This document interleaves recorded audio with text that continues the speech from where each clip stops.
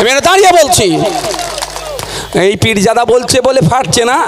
আর মমতা ব্যানার্জি জিন্দাবাদ, দিদি খুব ভালো মানুষ, ও চটি পরে ঘোরে, হাতে আইফোন নাই, 25,000 টাকার উনি চটি পরে না, এটা বললে ও পীরজাদা, সলিড পীরজাদা একদম। ও আমাকে ভালো সার্টিফিকেট মমতা ব্যানার্জি দিলে আমি লাগবে না, আমার মন জানে পাপ আর মা জানে বাপ, আমি আমার সার্টিফিকেটটা আমার কাছে আছে, ও কারো লাগবে না। বলছি কারো রাগ হচ্ছে নাকি? আচ্ছা বক্তব্য শেষ করে দেবো না শুনবেন? এটা হাত তুলুন তো, কারা শুনতে ইচ্ছা করছেন শুনবেন তাহলে। কারণ রাগ হচ্ছে না তো? রাগ হলে আমার কিছু যায় আসে না, কে খুশি হবে কে রাগ হবে ওর জন্য আমি রাজনীতির ময়দানে আসিনি, বক্তব্য দিতে আসিনি। আমি এসেছি বঞ্চিত মানুষের কথা বলতে। আমি এসেছি চোপড়াতে আমার আদিবাসী মা বাপ ভাই বোনেদের উপর অত্যাচার হয়েছিল, তাদের পাশে দাঁড়িয়েছি। কেন অত্যাচার হলো সেই কথাটা আইনসভার মধ্যে তুলে ধরার জন্য এসেছি। আমি এসেছি আমার পুরুলিয়াতে জনজাতি উপজাতিদের উপরে তাদের জমি জায়গা কেড়ে নিয়ে হচ্ছে কেন তার বিরোধিতা করার জন্য আমি এসেছি। আমি এসেছি দেবত্ব সম্পত্তি যেটা হস্তান্তরযোগ্য নয় কেন বিক্রি হয়ে যাচ্ছে তার প্রতিবাদ করার জন্য আমি এসেছি। আমি এসেছি ওয়াকফ সম্পত্তি যেটা হস্তান্তরযোগ্য নয়, এই সরকারের আমলে এসে সব থেকে বেশি বিক্রি হয়ে যাচ্ছে কেন তার বিরোধিতা করার জন্য এসেছি। সুতরাং কি আমাকে ভালো বললো কি আমাকে খারাপ বললো আমার দেখার দরকার নাই, আমি আমার লক্ষ্যে অবিচল থেকে আমি এর প্রতিবাদ করে যাব। আর এইগুলো বলছি বলি যে প্রশ্নগুলো ছুড়ে দিচ্ছি এই কাকলি দিদির মাধ্যমে মমতা ব্যানার্জির কাছে, কাকলি দিদির মাধ্যমে অভিষেক ব্যানার্জিদের কাছে উত্তর দিতে পারছে না, তখন কি বলছে বেটাকে জেলে রাখ। কি করেছে? আমাকে 42 দিন জেল খাটিয়েছিল, কিছু করতে পেরেছে? আমার একটা লাভ হয়েছিল 42 দিন জেলে গিয়ে, কি জানেন? অনেক জ্ঞান হয়েছে, তার মধ্যে একটা হচ্ছে আমার দাঁতের, আমি ওই বরাবর একটু মিষ্টি খেতে পছন্দ করি, চকলেট টকলেট হ্যান ত্যান এগুলো বেশি খাই, ওই পান তেরেঙ্গা গুটখা আমার দ্বারাই হয় না। ওই খেয়ে খেয়ে নাকি জানি না দাঁতের আমার সমস্যা হয়েছিল, সময় পাইনি কিভাবে ট্রিটমেন্ট করব। যে ডক্টরের কাছে গিয়েছিলাম বেসরকারিতে একটা, সে আমাকে প্রথম শর্ত দিয়েছিল আপনি আমাকে কথা দিন আমি যেই দিন ডেট দেবো আপনি এসে চিকিৎসা করাবেন, তাহলে আপনার আমি চিকিৎসা করবো, নাহলে করবো না। আমি বলেছি ঠিক আছে, কিন্তু কতদিন টাইম লাগবে? বলেছিল 15 দিন। আমি বললাম 15 দিন হবে না, ওটা মাসখানেক টাইম নিন, যখন ডেট চাইবেন 2টো করে ডেট দিতে হবে, একটা ডেট মিস করলে অন্যটাতে আমি শিওর আসবো। তারপরেও সত্যি বলছি আমি ঠিকঠাক মেনটেন করতে পারিনি। যখন আমাকে ধরে জেলের মধ্যে নিয়ে গেল কলকাতা সেন্ট্রাল লকআপে, তারপরে কোর্টে তুললো, কদিনের ঠিক যে পিসি দিয়েছিল। আমি একটা অফিসারকে জিজ্ঞাসা করলাম স্যার কি মনে হচ্ছে, নাম তো বলা যাবে না অফিসারদের, বললে তো বিপদ। এই এখানে যারা পুলিশ বন্ধুরা আছেন আমাদের বন্ধু, তারা আমাদের শত্রু নয়, কিন্তু অনেকের ইচ্ছা থাকলেও এত ওপরতলার চাপ সঠিক তারা কাজ করতে পারে না। কিন্তু যারা কাজ করতে পারে না তাদের ব্যর্থতা, সিট দ্বারা খাড়া রাখতে হবে, সোজা রাখতে হবে। সিট দ্বারা সোজা রেখে কোনো পুলিশ বন্ধুর উপরে যদি কোনো অন্যায় হয় আমরা তাদের পাশে থাকি, তাদের হয়ে আমরা লড়াই করব। কি ভাই? তো আমি এক অফিসারের সাথে কথা বলছিলাম, সাহেব কি মনে হচ্ছে? বললো যতটুকু ভেতরকারে খবর পাচ্ছি আপনাকে মনে হচ্ছে একটু বেশি দিন রাখতে পারে। আমি বুঝতে পারলাম যে আমার আর ভাব ভালো নয়। আমি কি বললাম, তার মধ্যে দাঁতের যন্ত্রণা শুরু হয়ে গিয়েছিল, তো আমি বললাম আমার দাঁতের ট্রিটমেন্ট করতে হবে। যে একটা অনেক কটাই ভালো পেয়েছি জেলে গিয়ে, একটা ভালো পাওয়ার মধ্যে আমার বাঁদিকে দাঁতের আমি ট্রিটমেন্ট করিয়ে নিয়েছিলাম। আমি এই জায়গা থেকে মমতা ব্যানার্জি অভিষেক ব্যানার্জিকে ধন্যবাদ জানাই, আপনাদের জন্য অন্তত আমার একটা দাঁতের ট্রিটমেন্ট হয়ে গিয়েছিল। আর একটা দেখুন এখনও বাকি আছে, যে 1 বছর হয়ে গেল তো ভাই, 1 বছর হয়ে গেলে এখনও কিন্তু সময় করে উঠতে পারেনি। আর একবার যদি নিয়ে যায় এটা করে নেবো আমি। তো জেল খাটার আমি ভয় পাই না, আমি প্রশ্ন করে উত্তর দিতে পারে না। বিধানসভার মধ্যে দাঁড়িয়ে মাননীয় মন্ত্রীকে প্রশ্ন করেছিলাম আপনি এত দলিতকে ভালোবাসেন, এত আদিবাসীকে ভালোবাসেন বলছেন, দলিত আদিবাসীদের কোটাতে নন দলিত আদিবাসীরা কজন চাকরি করছে, কজনের চাকরি বাতিল করেছেন, কজনের সার্টিফিকেট ধরেছেন, কজনের বিরুদ্ধে আইনত ব্যবস্থা গ্রহণ করেছেন, তার তথ্যটা দিন তো। মন্ত্রী উত্তর দিতে পারেনি, বলেছিল পরে দেবো, আজও তিনি দেয়নি। আমি বিধানসভার মধ্যে দাঁড়িয়ে আপনার আমার বাড়ির যে সন্তানগুলো ভিন্ন রাজ্যে কাজে যাচ্ছে, এখানে কাজ না থাকার ফলে আমি মন্ত্রীকে জিজ্ঞাসা করেছিলাম আমাদের রাজ্যের কত শ্রমিক ভিন্ন রাজ্যে কাজে গিয়েছে তার ডেটাটা দেন তো, তথ্যটা দিন তো। দিতে পারেনি, মাথা হ্যাট হয়ে যায়। নওশাদ সিদ্দিকীর প্রশ্নের উত্তর দিতে পারে না, সেই জন্য কি বলছে বেটাকে জেলে রাখ। তবে আপনাদের বলে যাই, মানুষের হয়ে কথা বলবো, কৃষকের হয়ে কথা বলবো, শ্রমজীবী মানুষের হয়ে কথা বলবো, দলিতের হয়ে কথা বলবো, আদিবাসীর হয়ে কথা বলবো, মুসলিমদের হয়ে কথা বলবো, উচ্চবর্ণের কোনো মানুষ বঞ্চিত হলে তার হয়ে কথা বলবো। এই কথা বলার জন্য যদি একবার কেন 100 বার জেলে যেতে হয়, নওশাদ সিদ্দিকী 100 বার জেলে যেতে প্রস্তুত আছে, কোনো কারো কাছে মাথা নত করবে না। কেউ যদি মনে করে, শুভেন্দু অধিকারী যদি মনে করে, সুজন চক্রবর্তী যদি মনে করে, মমতা ব্যানার্জি যদি মনে করে, অধীর বাবু যদি মনে করে আইএসএফকে তারা তাদের পকেটে নিয়ে ঘুরবে, এই স্বপ্ন তাদের বিতা হবে। আইএসএফ স্বতন্ত্র দল, আইএসএফ না মোহাম্মদ সেলিম সাহেবের কথাতে চলবে, না মমতা ব্যানার্জির কথাতে চলবে, না অধীর রঞ্জনের কথাতে চলবে, না আপনার শুভেন্দু অধিকারীর কথাতে চলবে, কারো কথাই আইএসএফ চলবে না। আইএসএফের চলার পথটা হচ্ছে সোজা এগিয়ে যাবে, মানুষের অধিকার নিয়ে সোচ্চার হবে। এই চলার পথে যদি লাইক মাইন্ডেড কেউ আসে তাদেরকে সাথে করে নিয়ে চলবো, কিন্তু চলতে গিয়ে যদি কেউ আমাকে সাইড চাপে তাকে আমরা পাত্তা দেব না, আমরা আমাদের মতো এগিয়ে যাব, সে সাইড চাপে সে পেছনে থেকে যাবে। এখন কষ্ট হচ্ছে না অনেকের, কিচ্ছু করার নাই, কিচ্ছু করার নাই ভাই, আমরা আমাদের মতো লড়াই করব। বলেছিলাম বারবার ঐক্যবদ্ধ লড়াই করুন, কিন্তু কি দেখলাম, ঠিক তার উল্টো টাইম, ঠিক তার উল্টো। তাই ভাইদের বলবো,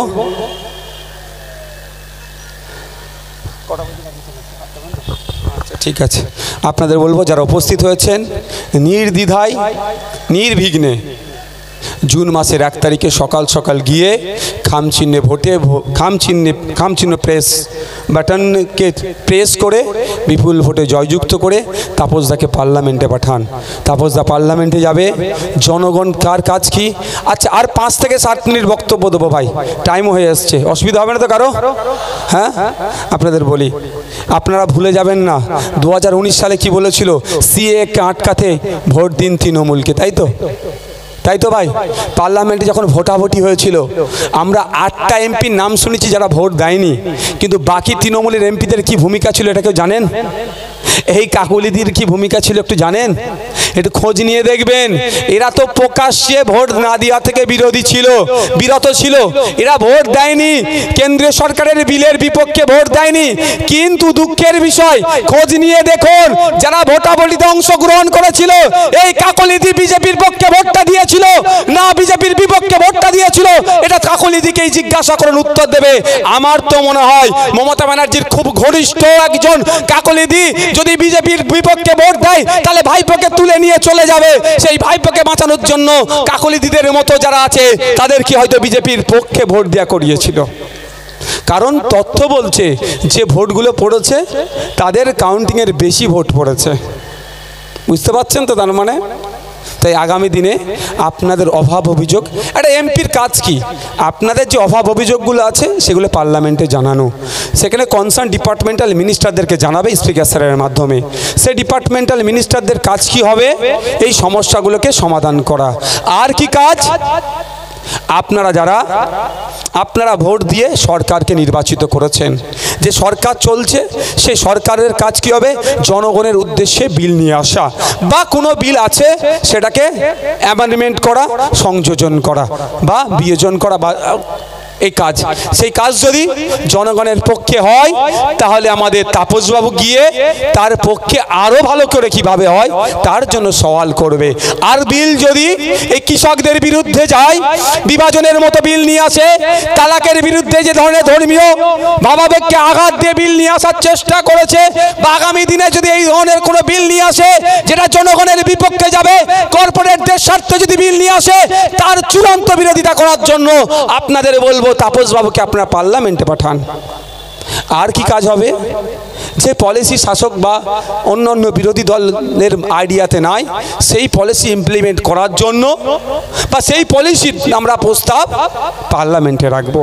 তাই আপনাদের বলবো আপনারা ডিসাইড করুন। অনেকে ভাবছেন বিজেপিকে আটকাতে গেলে তৃণমূলকে ভোট দিতে হবে।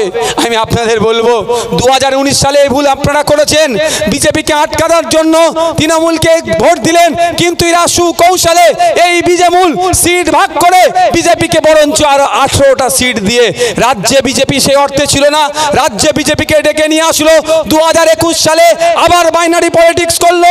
বিজেপি তৃণমূল ছাড়া নাকি এই রাজ্যে আরো কোনো দল নয়, বিজেপিকে আটকাতে গেলে তৃণমূলকেই ভোট দিতে হবে, আর তৃণমূলের অত্যাচারে নাকি বিজেপিকে বেছে নিতে হবে। এই একটা হাওয়া তৈরি করে দিল। এই হাওয়ার ফলে অনেকে মানুষ ভুল বুঝে এই বাইনারিকে ধরতে না পেরে সারা রাজ্যের মানুষ কি করলো, কেউ ভাবলো যে তৃণমূলের অত্যাচার থেকে বাঁচলে বিজেপিকে ধরলে ভালো হবে, আর কেউ ভাবলো বিজেপিকে আটকাতে গেলে তৃণমূলই নাকি গ্রহণ করতে হবে।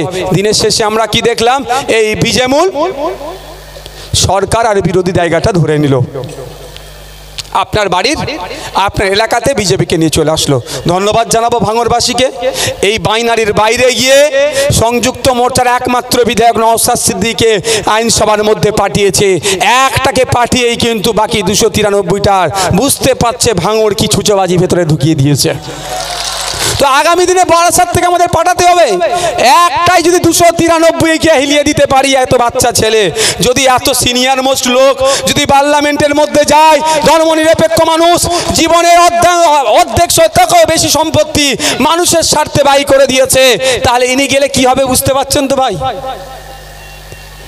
কি হবে? অভিজ্ঞতা সম্পন্ন মানুষ। তাই আপনাদেরকে বলবো, আপনারা পার্লামেন্টের মধ্যে পাঠান আপনাদের মূল্যবান ভোট দিয়ে। এখানে যে হাজার হাজার মানুষ এসে উপস্থিত হয়েছেন, প্রায় 5-7 হাজার মানুষ আছেন, আপনাদেরকে অনুরোধ করব, আপনারা শুধু সমর্থক বা ভোটার থাকলে হবে না, আপনাদেরকেও গুরু দায়িত্ব কাঁধে তুলে নিতে হবে। আমাদের পার্লামেন্টে তাপসবাবুকে পাঠানোর দায়িত্ব আপনাদের তুলে নিতে হবে। এখান থেকে ফিরে যাবেন এক একজন দায়িত্ব নিয়ে কমসে কম 10টা ভোটারকে বিজেপি তৃণমূল তথা বিজেমূল থেকে মাইনাস করে খাম চিহ্নের পক্ষে আনতে হবে আগামী জুন মাসের 1 তারিখে, যাতে করে আপনারা দায়িত্ব নিয়ে কম করে 10টা ভোটারকে বিজেপি তৃণমূল থেকে মাইনাস করে খাম চিহ্নে আনা যায়, তার দায়িত্ব নিতে হবে। হবে ভাই? হবে? তাহলে আজ থেকে আপনাদেরকে দায়িত্বশীল কর্মীর ভূমিকা পালন করতে হবে। আপনারা ভোটার সমর্থক শুধু থাকলে হবে না। বন্ধুগণ, আপনাদের উদ্দেশ্যে বলি, আপনারা যদি একটু সজাগ সতর্ক হন, অনেকটা হবে, অনেকটা আমরা এগিয়ে যেতে পারবো। আর এখনো যদি ভাবেন, যারা ভাবছে তৃণমূলকে ভোট দিয়ে বিজেপিকে ঠকাবো, এই বিধাননগরের কথা ভাবুন না, ওনার নামটা কি গো, সব্যসাচী মহাশয়ের কথা, কখন কোন দলে আছে বোঝা মুশকিল। হ্যাঁ, মনে আছে তো কখন কোন দলে আছে? সে তো জানি, বড়োর ওপরে যদি কিছু থাকে সেটা,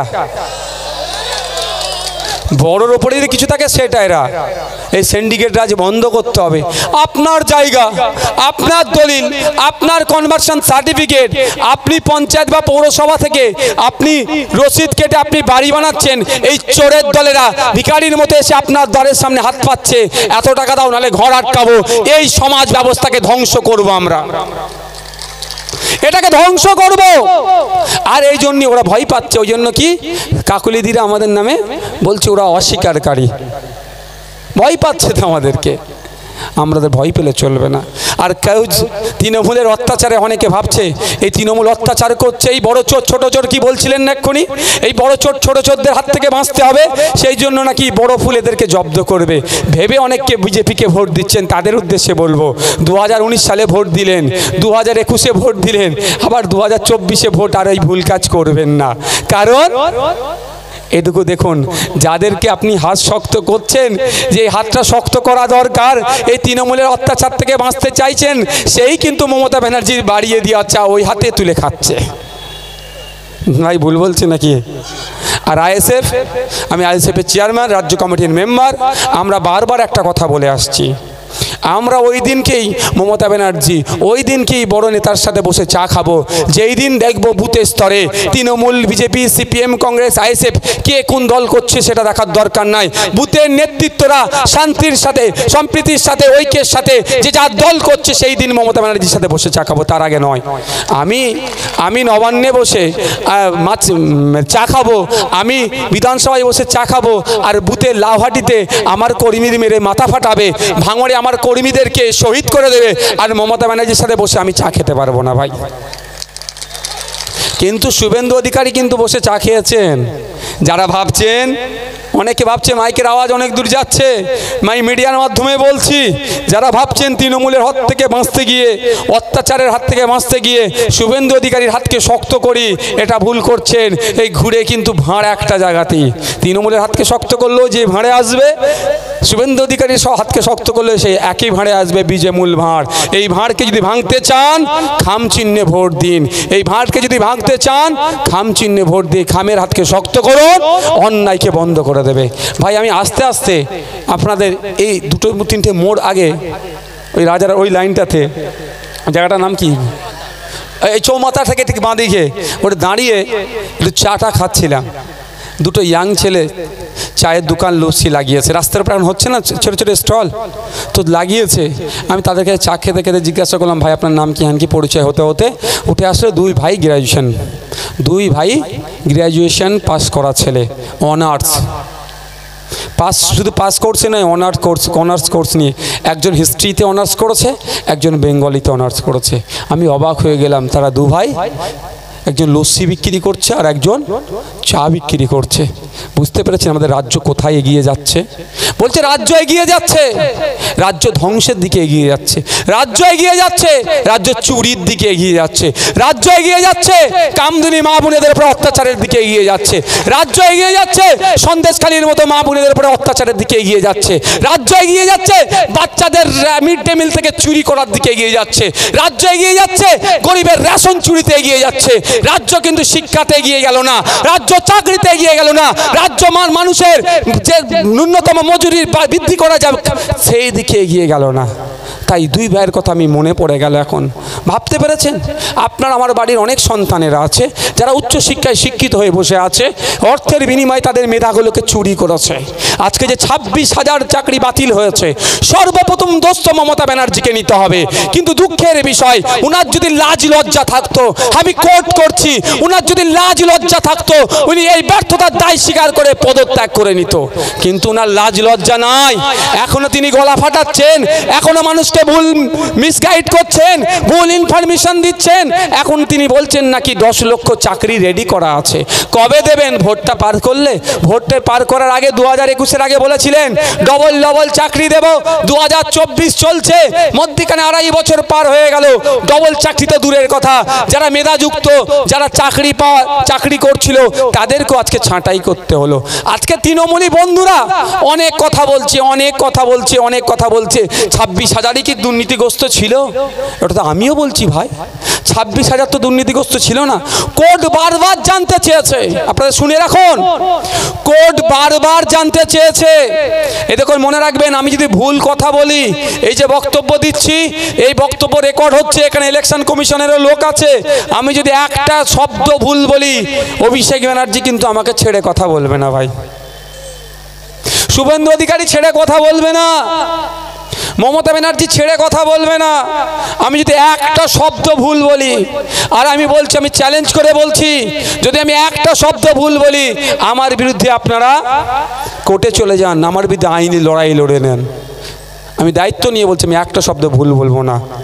আমার যতটুকু জ্ঞান আছে বা লোকের কাছ থেকে জেনে সত্যটা বলার চেষ্টা করব। আমি এখানে মিসগাইড করতে আসিনি। কোর্ট বারবার বলেছিল যে আপনার বৈধ কারা সঠিকভাবে চাকরি পেয়েছে। কোর্ট বলেছিল পে স্লিপের মাধ্যমে প্রত্যেকটা চাকরিজীবীদের কাছে ইনফরমেশন করে দেওয়া হোক। এই মামলা চলছে, কোর্ট তার তাই 26,000-এর বাড়ি গিয়ে বলতে পারে না। কোর্ট বলেছিল রাজ্য সরকারের মাধ্যমে সমস্ত পে স্লিপের মাধ্যমে সকলকে ইনফর্ম করুন এবং কারা বৈধ তাদের লিস্ট দিন। বারবার চেয়ে হাঁপিয়ে গিয়েছে, একাধিকবার চেয়ারম্যানকে তলব করেছে, কিন্তু দুঃখের বিষয় এসএসসি অপদার্থ রাজ্য সরকার সে ডেটা দেয়নি, সে বাতিল হয়েছে। আপনার আমার বাড়ির যে সন্তানগুলো, মেধার যুক্ত সন্তানগুলো যারা বৈধভাবে চাকরি পেল, তারাও আজকে সামাজিকভাবে লাঞ্ছিত বঞ্চিত হচ্ছে। আমি অনুরোধ করব, যারা মেধাযুক্ত তাদেরকে আপনারা নিয়ে খিল্লি করবেন না, তাদের পাশে থাকুন, তাদের পাশে থেকে আওয়াজ তুলুন। যারা মেধাযুক্ত, কোর্ট অর্ডার দিয়েছে যত দ্রুত সম্ভব মেধাযুক্তগুলোকে আবার নিয়োগ করা হোক, তার আওয়াজ তুলুন। আর সাথে সাথে সরকার সরকারকে বলুন যে 26,000 বাতিল হয়েছে, এর মধ্যে অনেক মেধাযুক্ত ছিল, এই টোটাল বাতিলের দায়ভার আপনাকে নিতে হবে। এর জবাব আমরা কিন্তু ভোটের মাধ্যমে আপনাকে দেব। আপনার আমার পাড়ায় অনেক আছে। মথুরাপুরে তৃণমূলের যিনি এমপি পদপ্রার্থী, এই ইলেকশনে যিনি প্রার্থী হয়েছেন, তিনি সোনার টুকরো ছেলে। তিনি সোনার টুকরো ছেলে। কদিন আগে পেপারে দেখছিলাম তিনার নামে এত টাকা তোলার মামলা আছে, মানে অভিযোগ আছে, কোর্ট তাকে বারবার নাকি ডাকছে। শুধু তাতেও ক্ষান্ত হয়নি, পুরো পরিবার সমেত একদম দুর্নীতি করেছে। ওনার স্ত্রীর চাকরি বাতিল হয়ে গেছে। এই 26,000-এর ওনার স্ত্রীও ছিল। আবার অভিষেক ব্যানার্জি স্নেহধন্য বগলে করে নিয়ে ঘুরে অভিষেক ব্যানার্জি ওনাকে শুনছিলাম, মানে বুঝতে পেরেছেন। আর অভিষেক ব্যানার্জি কি বলছে, স্বচ্ছতার প্রতীক। স্বচ্ছতা শব্দটাই লজ্জা পাবে এদের নাম নিলে সাথে। এই অভিষেক বাবুদের নাম নিলে আর স্বচ্ছতার কথা বললে, সততার কথা বললে এই শব্দ দুটো লজ্জা পাবে, যে অন্তত এদের সাথে আমার নামটা জোড়াচ্ছেন, আমার এটাকে জোড়াবেন না। তো মথুরাপুরের যিনি প্রার্থী হয়েছেন তৃণমূলের, তার স্ত্রীর চাকরিও বাতিল হয়ে গেছে, দুর্নীতি করে নিয়েছিল। এই ধরনের অনেকের আছে। আমি আপনাদের বলছি, তো আমরা যদি আমাদের ভবিষ্যৎকে না ঠিক করতে পারি, তাহলে আমরাই কিন্তু দায়ী থাকবো। ভবিষ্যৎকে কিভাবে ঠিক করবো আপনার হাতের মধ্যে আছে। আপনার ভবিষ্যৎ কি করবেন আপনার হাতের মধ্যে আছে, সেটা পাওয়ার, ভোটের পাওয়ার। আমি আপনাদের একটা কথা বলি, মোদিজি কি বলেন, বা মোদিজির দলের ভক্তরা কি বলেন, আমাদের প্রধানমন্ত্রী নাকি চাওয়ালা প্রধানমন্ত্রী। জানি না তিনার চায়ের দোকানটা কোথায় ছিল, তিনার হাতে চা কারা খেয়েছিল, এখনও খুঁজে আমি পেলাম না। একটা মানুষকে উনি বলুক যে মোদিজি চা ঢেলে দিয়েছিল, আমি কিনে খেয়েছিলাম। কেউ আছে? আজও পর্যন্ত দেখতে পেলাম না। ঠিক যেভাবে মমতা ব্যানার্জির ডক্টরেট চাকরি ডিগ্রিটা কি ইস্ট জর্জিয়া ইউনিভার্সিটির ডক্টরেট ডিগ্রিটা যেরকম, পৃথিবীতে ওই রকম ইউনিভার্সিটি খুঁজে পাওয়া যায়নি। ঠিক মোদিজি কোথায় চা বিক্রি করেছেন বা কে চাটা খেয়েছেন, সেই রকম একটা মানুষকে খুঁজে পাওয়া গেল না। বুঝতে পারছেন তো? কিন্তু একটা জিনিস, এটা তো অস্বীকার করা যাবে না, উনি নিজেকে চা বিক্রেতা দাবি করার পর আমি বলছি চাওয়ালা দেশের প্রধানমন্ত্রী হতে পারে, এটা অস্বীকার করা যাবে? আমি ওনার কথাটা সত্যই ধরে নিলাম তর্কের খাতিরে। কতটা অসত্য সেটা সারা ভারতবর্ষের মানুষ জানে, কতটা অসত্য। তর্কের খাতিরে সত্য ধরে নিল। তাহলে বলুন, একজন চা বিক্রেতা দেশের প্রধানমন্ত্রী হতে পারে, কিভাবে হয়েছে? উনি কিভাবে হলেন? ভোটের মাধ্যমে তো। তাহলে মানুষ চেয়েছে দেশের প্রধানমন্ত্রী হয়েছে, মানুষ চেয়েছে রাজ্যের মুখ্যমন্ত্রী, মানুষ চেয়েছে মিনিস্টার হয়েছে, মানুষ চেয়েছে এমএলএ এমপি হবে, মানুষ চেয়েছে প্রধান উপপ্রধান সমিতির সভাপতি, জেলার সভাধিপতি হবে। মানুষ চাইলে সব হবে। তাহলে মানুষের হাতে তো সর্বোচ্চ ক্ষমতা। আগামী 5 বছর আপনি কেমন থাকবেন, আপনার হয়ে কে কথা বলবে পার্লামেন্টে, দেশের যেখানে আইন তৈরি হয় সেখানে যদি আপনার লোককে পাঠাতে চান, তাহলে এই বিজেমূলের ফাঁদে পড়বেন না। আপনাদের কাছে অনুরোধ করছি, আর কোনো সিংহ চিহ্ন দিকে দেখার দরকার নাই। আপনাদের কাছে অনুরোধ করছি, খাম চিহ্নকে পার্লামেন্টে পাঠান আপনাদের প্রতিনিধি হয়ে। আগামী 5 বছর আপনাদেরকে বুক আগলাবে, আপনাদের জন্য যত ঝড় ঝাপটা আসবে নিজেকে সহ্য করে আপনাদের হয়ে কথা বলবে। কোনো সিংহ চিহ্ন থেকে শুরু করে কোনো সিম্বলে হাত দেওয়ার দরকার নেই, কারেন্ট মেরে দেবে একদম। শুধুমাত্র কোন চিহ্নতে দেবেন? চুপচাপ খাম চিহ্নতে দেবেন। আপনাদের বুঝি দায়িত্ব আমরা নিচ্ছি। শেষ করব যে মিস কলের কথা বলছেন, এটা শুনবেন ভাই, শুনবেন? দূরের গুলো তো মনে হয় ঝিমিয়ে গিয়েছে, শুনবেন?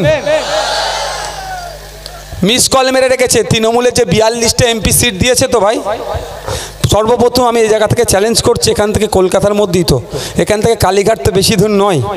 আমি এখান থেকে চ্যালেঞ্জ করছি তাপস, ওনার নাম কি তাপস, যে বিধায়ক তার নামটা কি, তাপস চ্যাটার্জি মহাশয়ের মাধ্যমে আমি মমতা ব্যানার্জির কাছে একটা বার্তা পাঠাতে চাইছি। কাকুলিদি তো যদি আওয়াজটা পাই, কাকুলিদির মাধ্যমে আমি মমতা ব্যানার্জির কাছে একটা বার্তা পাঠাতে চাইছি। আমাদেরকে ভোট কাটুয়া বলছেন তো, আমরা নাকি বিজেপির সুবিধা করে দেবো বলছেন তো, আপনাকে আমরা একটা বার্তা দিতে চাইছি। আপনি একটা 10 টাকা 50 টাকা 100 টাকার স্ট্যাম্প পেপারে লিখে দিন যে 42টা প্রার্থী আপনারা দিয়েছেন, এই 42টা প্রার্থীর মধ্যে যারা জিতবে একটাও তৃণমূল ছেড়ে বিজেপিতে যাবে না, এটা লিখে দিন। তাহলে 17টা প্রার্থী আইএসএফ তুলে নেবে। কি বলছি বুঝতে পেরেছেন? ছোটোখাটো বিষয় নয়, 17টা প্রার্থী আইএসএফ তুলে নেবে, কিন্তু ওখানে আইএসএফের পক্ষ থেকে একটা শর্ত থাকবে। শর্তটা কি? যদি একটা গেছে পা পিছলেছে তার দায়ভার আপনাকে নিতে হবে এবং আপনাকে মুখ্যমন্ত্রীর পদ থেকে পদত্যাগ করতে হবে। এটা লিখে দিতে পারবে? লিখে দিতে পারবে? আমি আপনাকে বলছি উনি লিখে দিতে পারবেন না, ওই কনফিডেন্স ওনার মধ্যে নাই। উনি ওনার বাড়ির কাছেই নিজের কনফিডেন্স হারিয়ে যাচ্ছে। শুনছি অভিষেক বাবু আর মমতা ব্যানার্জি কে মুখ্যমন্ত্রী হবে সেই নিয়ে নাকি আলোচনা চলছে। মমতা ব্যানার্জি নাকি চাইছেন না, যদি এই বিষয়ে সত্যতা নেই, আমি শুনেছি, শোনা কথা। কিন্তু একটা কথা আমরা ভুলে যাচ্ছি না, 21 সালে 2021-এ বিধানসভা নির্বাচনের সময় ওনার পায়ে নাকি ওনাকে মেরে দেওয়ার চেষ্টা করেছিল, ওনার পায়ে আঘাত পেয়েছিল। আজকে 3 বছর হতে চলেছে। দুঃখের বিষয়, আমার রাজ্যের মুখ্যমন্ত্রী যিনি প্রাণঘাতী হামলার সম্মুখীন হয়েছিল, কে হামলা চালালো তার চাঁদ মুখটুকু আমরা একটু দেখতে পেলাম না। বুঝতে পারছেন না কে হামলাটা চালিয়েছে? আমার দেশের রাজ্যের মুখ্যমন্ত্রীর যদি যেতে হামলা চালাতে পারে তাহলে নাগরিক আমরা কতটা অসুরক্ষিত। কিন্তু যে অপদার্থ হামলা চালিয়েছে তার তো জেলে রাখা দরকার। তার এখন 3 বছর তো তার তো শাস্তি হয়ে যাওয়ার দরকার ছিল। কিন্তু সে কে? সেই সোনার টুকরোটা কে যে আমাদের রাজ্যের মুখ্যমন্ত্রীর উপরে হামলা চালিয়েছিল? তাকেও আমরা দেখতে চাই, তার সাহস কত দেখতে চাই। কিন্তু দুঃখের বিষয়, আমিও ভাই ক্লান্ত হয়ে গেছি, সেটা কে দেখতে পেলাম না। কিন্তু ওটাকে নিয়ে তিনি ভোট চাইলেন। তারপরে কি আসলো? কোথায় আপনার বর্ধমান থেকে ফিরছিল, 200 স্পিডে নাকি একটা গাড়ি এসে এমন ধাক্কা মেরেছে, ওনার ড্যাশবোর্ড খুলে নাকি ওনার মাথায় লেগে মাথা ফেটে গিয়েছিল।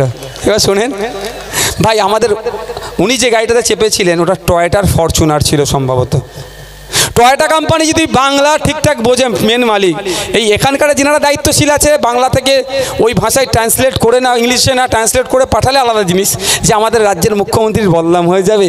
বাংলায় যারা চাকরি করছে আমাদের রাজ্যেরই তারা তো, যে আমাদের এই তথ্যটাদেরকে দেবো বদনাম হয়ে যাবে, হয়তো নাও দিতে পারে।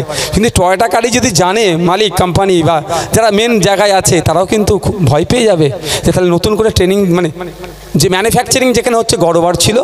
আর না হলে মমতা দিদি যে টয়োটা ফরচুনারে চেপেছিল ওটা ডুপ্লিকেট টয়োটা ছিল। বুঝতে পারছেন না? বলছে 200 স্পিডে ধাক্কা লেগে ড্যাশবোর্ড খুলে মাথায় লেগেছে। ভাই আমাদের কম বেশি রাজারহাট এলাকার মানুষজন তো আপনারা সবার বাড়িতে বড় গাড়ি না থাকলে শহরের মানুষ টয়োটা গাড়ি সম্পর্কে, ফরচুনার সম্পর্কে আমরা সকলেই জানি ভাই। কি আমরা তো দূর থেকে লোক ভাড়া করে নিয়ে আসবো না মাঠ ভরানোর জন্য। আমার এখানকার যতটুকু হয় এতটুকুই, বা যতটাই হচ্ছে ওখানকার লোকালি আমরা ভালোবাসি। তো আপনাদের বলি, টয়োটা গাড়ির সামনে অ্যাক্সিডেন্ট হলে কি হয়? যদি অ্যাক্সিডেন্ট বাই চান্স হয়ে যায়, ওর মধ্যে কে থাকে না, ওটা কি বলে গো ভাই, আমার তো দামি গাড়ি নয়, এয়ার ব্যাগ থাকে না? ড্যাশবোর্ডে মাথা ঠোকার আগে ওখান থেকে এয়ার ব্যাগ খুলে ড্যাশবোর্ড আর মানুষের মধ্যখানে এসে যায় না? 1 নম্বর কথা। দ্বিতীয় কথা, এমন অ্যাক্সিডেন্ট হলো ড্যাশবোর্ড খুলে গেল, সামনেটা ভালো থেকে গেল। হয় উনি ডুপ্লিকেট টয়োটা ফরচুনারে চেপেছিলেন, আর না হলে তিনি অসত্য কথা বলছেন, দুটোর মধ্যে একটা। তা সেই বিষয়টা অনেক বেশ কিছুদিন হলো। যেটা লেটেস্ট হয়েছে সেটা হচ্ছে ওনার বাড়ি থেকে শুনলাম, ওনার বাড়িতে পড়ে গিয়েছেন। কি হয়েছেন হ্যাঁ হচ্ছে দেখার দরকার নেই আমার এখন, যে ওনার বাড়িতে উনি চোট পেয়েছেন। বাড়ি থেকে SSKM আসলো অনেকটা রাস্তা। কিন্তু দুঃখের বিষয়, আমরা আমাদের বাড়িতে কেউ চোট হয়ে গেলে হাত ভাঙুক যাই হোক হ্যান আগে কি গামছা টামছা যা পাই আগে কি করি, বেঁধে দিয়ে তারপরে হসপিটালে নিয়ে যাই। তো ওনারও তো রক্তটা ছিল একটু মুছার মতো, কেউ পেলেন না ওখানে। আহারে, আমাকে সত্যি কষ্ট লেগেছে ওটা, আর কি মারছি না, সিরিয়াস বলছি, আমাকে কষ্ট লেগেছিল। এটা যে রক্তটা যেটা ছিল ওখানে নাটক ছিল না, অসত্য ছিল না, ওটা অসত্য। কিন্তু একটা মোছার লোক পেল না। দ্বিতীয় কথা, ওখান থেকে এতটুকু আসলো। আপনারা কদিন আগে শুনেছিলেন মমতা ব্যানার্জির এক ভাইপোর বিয়ে হচ্ছিল পাহাড়ে, প্রায় 130টা ডক্টর নিয়ে গেছিল না, এই ধরনের কটা ডক্টর নিয়ে গেছিল, ওটা নিয়ে খুব আলোচনা হয়েছিল তো ভাই। তারপরে তৃণমূলের পক্ষ থেকে যুক্তি কে দিয়েছিল, Z+ সিকিউরিটিতে ডাক্তার থাকে, বেশ ভালো কথা। একটা ভাইপোর বিয়েতে এত ডক্টর গিয়েছিল, ভাইপোর তো ওনার অভাব নেই, উনি ওনার ভাইপোদের কথা অনেক ভাবে এত ডক্টর নিয়ে চলে গেলেন বিয়ে বাড়িতে। কিন্তু আমাদের ভাইপোদের কথা মমতা ব্যানার্জি একবারের জন্য ভাবছে না। তাই জবাব দেওয়ার সময় এসেছে। মমতা ব্যানার্জি যদি তার ভাইপোর কথা ভাবে, আমরাও আমাদের ভাইপোর কথা ভাববো আজ থেকে। ওখানে বলেছে কি জেড প্লাস থাকে, জেড প্লাস সিকিউরিটির জন্য অত ডক্টর গিয়েছে। তাহলে মমতা ব্যানার্জি, আমরা যতটুকু জানি আমাদের সাথে সিকিউরিটি তো আছে, আবার এই সিকিউরিটি আছে বলে এখন আজকাল আমার বামপন্থী বন্ধুরা যারা স্বঘোষিত বামপন্থা বিশ্বাসী বলছেন, আমি কিন্তু বামপন্থার বিরুদ্ধে নয়, কিন্তু এখন বামপন্থার নামে কিছু ধান্তাপন্থা বেরিয়েছে, তাদের আমরা কঠোর বিরোধী। যারা সকালে বামপন্থা করে আর সন্ধ্যের পরে তৃণমূল বিজেপি আরএসএস করে, তাদের আমরা কঠোর বিরোধী করছি। আছে এই ধরনের মাল আপনাদের এলাকায় বেশ কিছু, সকালে সিপিএম করে রাত্রেবেলায় তাপস চ্যাটার্জির সাথে যে গুরু গুরু গুরু গুরু ফুসফুস ফুসফুস করছে, নেই এরকম? ওরকম অনেক আছে, 4 নম্বর ওয়ার্ড 5 নম্বর ওয়ার্ড থেকে শুরু করে পৌরসভার দিকে এদিকে অনেক আছে এই ধরনের। সব দিনের বেলা সিপিএম করছে, রাতের বেলা গিয়ে বিজেপির পার্টি অফিসে গল্প করছে, এ ধরনের অনেক আছে। তারা বলছে নাকি বিজেপির দেওয়া জিনিস, এটা বিজেপির বাপের টাকার মাইনে চলছে নাকি, এটা ভারত সরকারের। এবার আমি কিভাবে পেলাম? প্রথম আমি রাজ্য সরকারকে বলেছিলাম আমার নিরাপত্তা রক্ষী দেওয়া হোক, 2বার চিঠি করেছিলাম, 3বার মতো চিঠি করেছিলাম, পশ্চিমবাংলা সরকার আমার চিঠিতে সাড়া দেয়নি। তারপরে কেন্দ্রীয় সরকারকে চিঠি করেছিলাম যে পশ্চিমবাংলা সরকার আমাকে নিরাপত্তা রক্ষী দিচ্ছে না, আমি নিরাপত্তাহীনতায়